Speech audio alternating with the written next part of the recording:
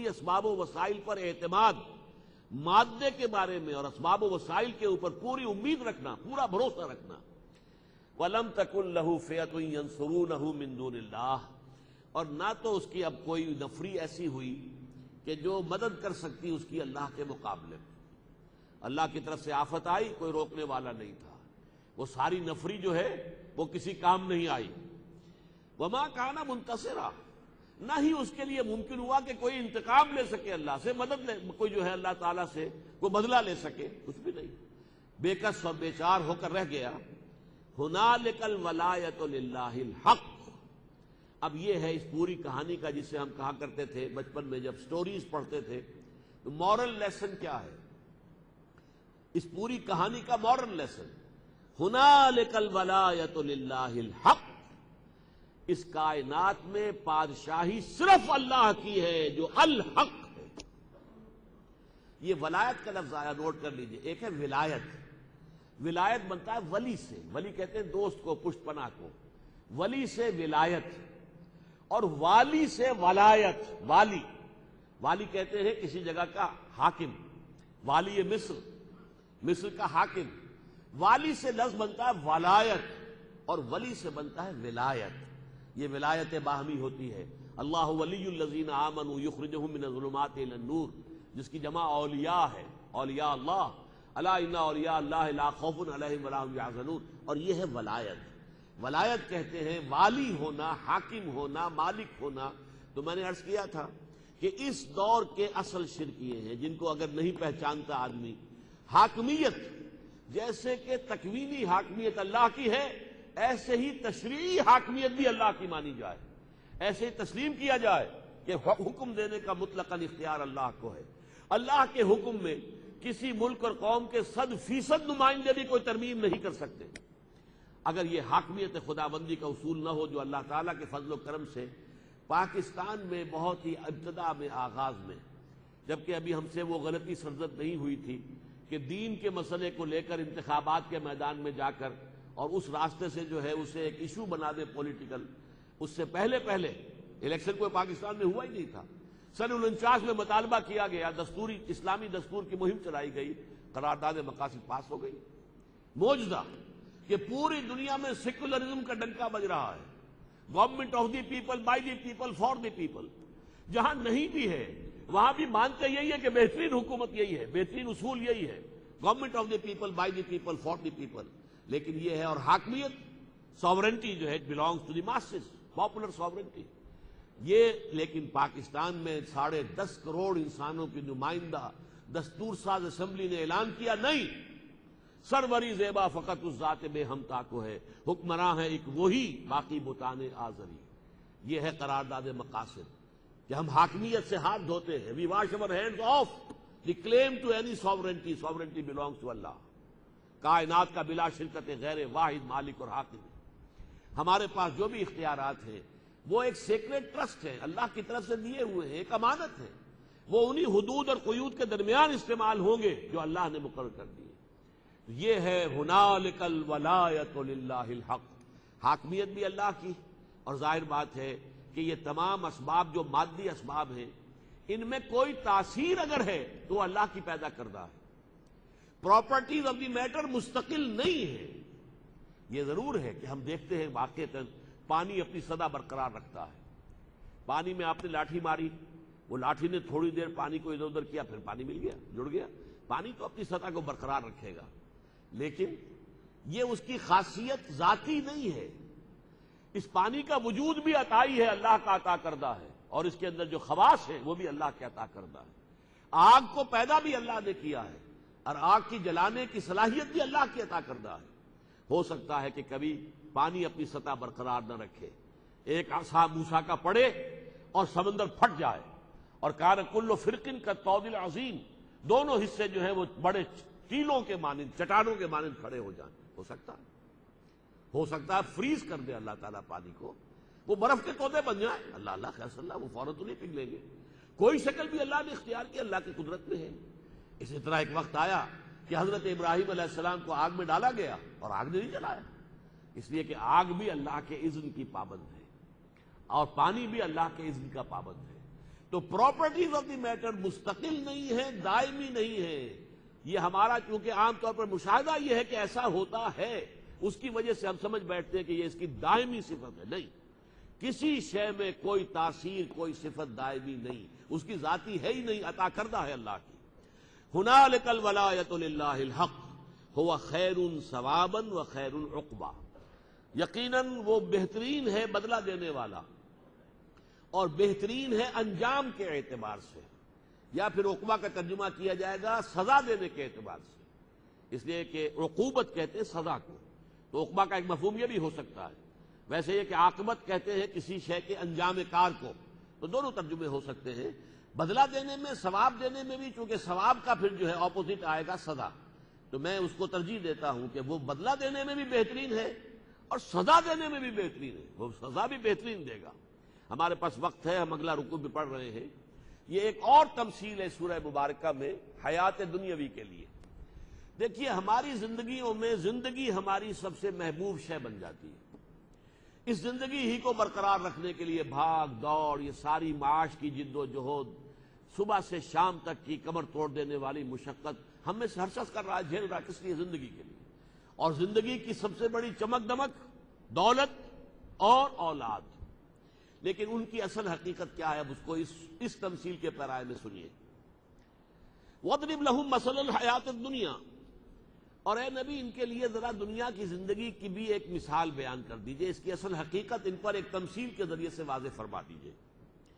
کَمَاءٍ أَنزَلْنَاهُ مِنَ السَّمَاءِ، اس پانی کے مانند کے جس کو ہم اتارتے ہیں آسمان سے، فَاخْتَلَطَ بِهِ نَبَاتُ الْأَرْضِ، تو پھر زمین کی روئیدگی اس کے ساتھ مل کر باہر نکل آتی ہے. زمین بے آب و گیاہ پڑی ہے، کوئی ہریاول نہیں، کوئی گھاس نہیں، کچھ نہیں. بارش برستی ہے تو اب ظاہر بات ہے کہاں سے گھاس نکل آئی ہے؟ یہ زمین کے اندر موجود تھا، اس کا مواد ڈورمنٹ تھا، پانی نے آ کر ایکٹیویٹ کیا اور یہ گھاس بن کر، ہریاول بن کر سطح زمین کے اوپر ظاہر ہو گئی.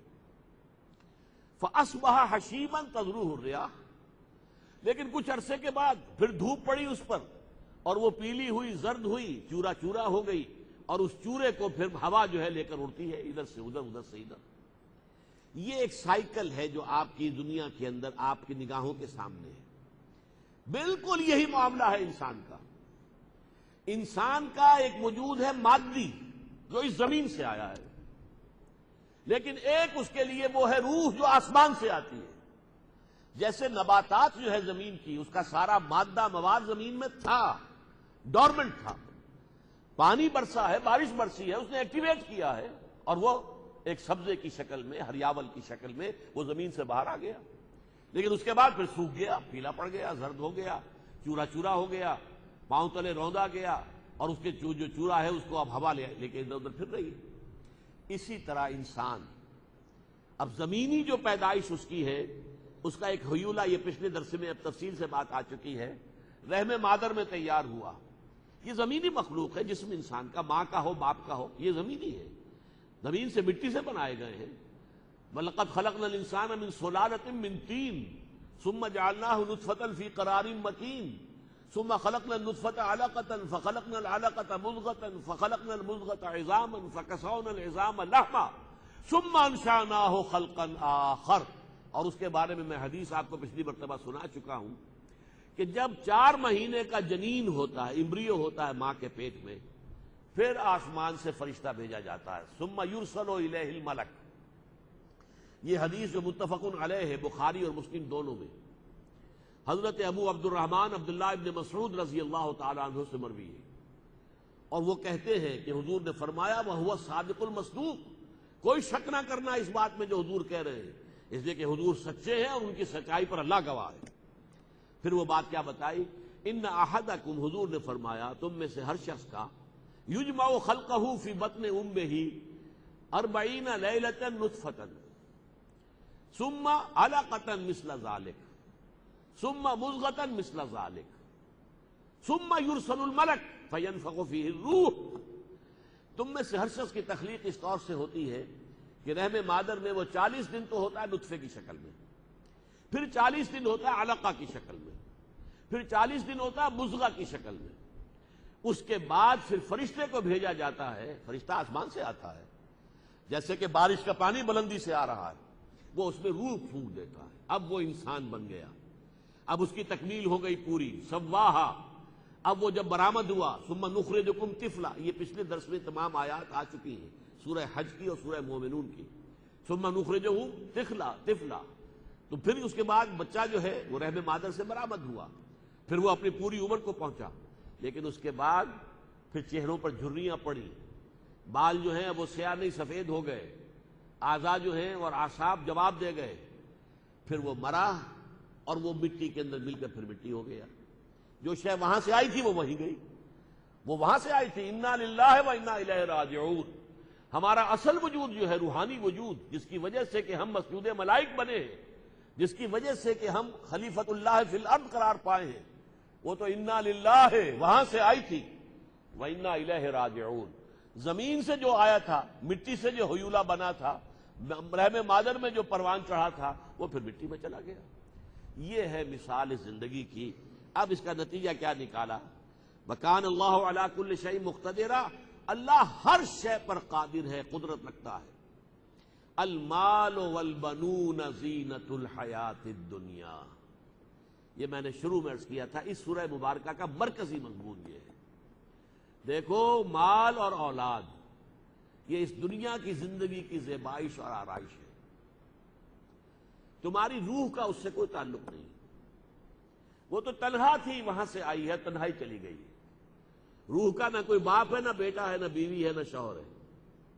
روح تو در حقیقت قل الروح من امر ربی، تمہارا اصل روحانی وجود وہ در حقیقت ان تمام رشتوں سے اور علائق سے بالکل جدا ہے، علیحدہ ہے، انڈیپینڈنٹ ہے۔